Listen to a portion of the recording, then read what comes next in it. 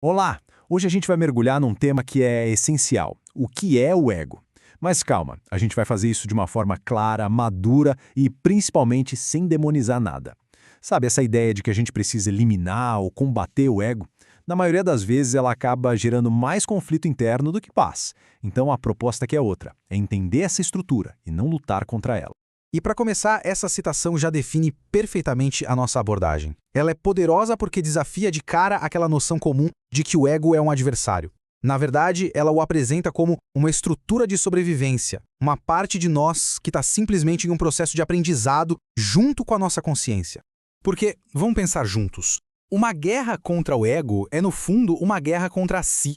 E essa ideia, além de ser um pouco irreal, ela costuma gerar mais culpa e confusão. Por isso, nessa análise, a gente vai olhar para o ego como ele realmente é, uma estrutura necessária, humana e que pode sim ser integrada. Ele não é um inimigo a ser destruído. Então vamos lá, vamos para a função essencial dele. Afinal, o que exatamente é o ego e por que ele é tão fundamental para a nossa experiência de vida? A definição é bem direta. O ego é uma estrutura psicológica fundamental. Veja bem, ele não é uma falha ou um defeito de fabricação. Pelo contrário, é como uma ferramenta que surge para nos ajudar a navegar no mundo, organizando a nossa consciência e nos dando aquele senso de eu. E as funções principais dele são essas aí. Ele cria a nossa identidade, aquela noção de quem a gente é, o que a gente sente, o que a gente pensa. É ele que estabelece os nossos limites, sabe? O que a gente aceita e o que não aceita, permitindo que a gente funcione na realidade de uma forma coerente. E olha que interessante. Este slide ilustra bem a consequência da ausência dele. Sem um ego, simplesmente não existiria individualidade. Não teríamos como tomar decisões ou assumir a responsabilidade por nossas ações. Ele é de fato a base da nossa autonomia. Isso nos leva a uma distinção que é crucial. Se o ego é tão necessário assim, de onde vem toda a raiz do conflito que a gente costuma associar a ele? E a questão central está brilhantemente ilustrada aqui. O problema nunca foi a existência do ego em si. O problema começa, na verdade, quando esse ego está ferido, inseguro ou não amadurecido emocionalmente. É a condição do ego, e não a sua presença, que gera todo o conflito. E aqui a gente vê como isso funciona na prática. É quase uma reação em cadeia. Um ego ferido vive em um estado constante de defesa. E a partir daí, ele reage ao mundo tentando se proteger, se justificar ou se afirmar o tempo todo, criando um ciclo de reatividade. E é desse lugar de defesa que surgem esses comportamentos tão conhecidos. A necessidade de aprovação, o medo da rejeição, a comparação constante, a dificuldade com críticas. Tudo isso são, na verdade, sintomas de um ego que está operando a partir da dor e não da segurança. Agora, vamos explorar uma das armadilhas mais sutis desse processo todo. O que acontece quando o ego se apropria da própria espiritualidade para manter as suas defesas? É como se ele mudasse de roupa.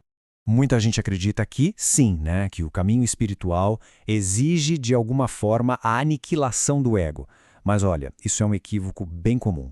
Na prática, o que acontece é que o ego não desaparece. Ele é extremamente adaptável. E quando ele não é compreendido, ele só muda de forma.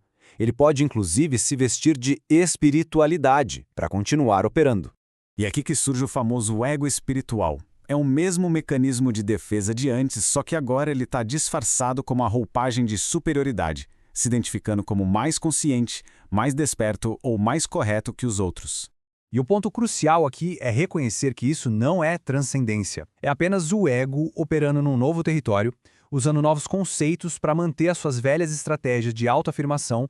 Então, se a solução não é lutar nem negar, qual é o caminho? Vamos agora para a parte final, que foca na solução, a integração consciente do ego.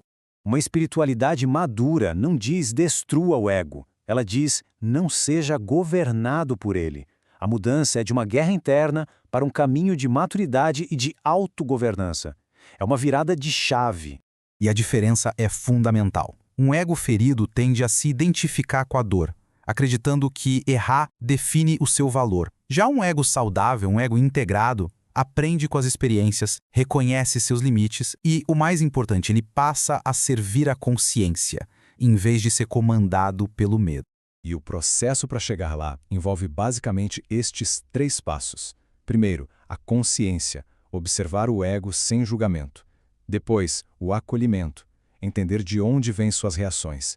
E, finalmente, a responsabilidade emocional, escolher agir conscientemente em vez de simplesmente reagir. Quando o ego é compreendido, ele relaxa. E é vital entender que a integração não é um evento único, com hora marcada para acabar. É um processo contínuo, vivido no dia a dia, nas nossas relações, nas nossas escolhas e, especialmente, na forma como a gente se trata quando erra. E assim, a gente encerra com esta reflexão. Toda tentativa de destruir o ego só gera mais conflito, mais rigidez e mais sofrimento. Então fica a pergunta: e se a chave para a verdadeira paz interior não for a guerra, mas sim o entendimento? Este conteúdo fez sentido para você? Curta, se inscreva no canal e compartilhe com alguém que também está pronto para assumir o próprio poder de criação. Lembre-se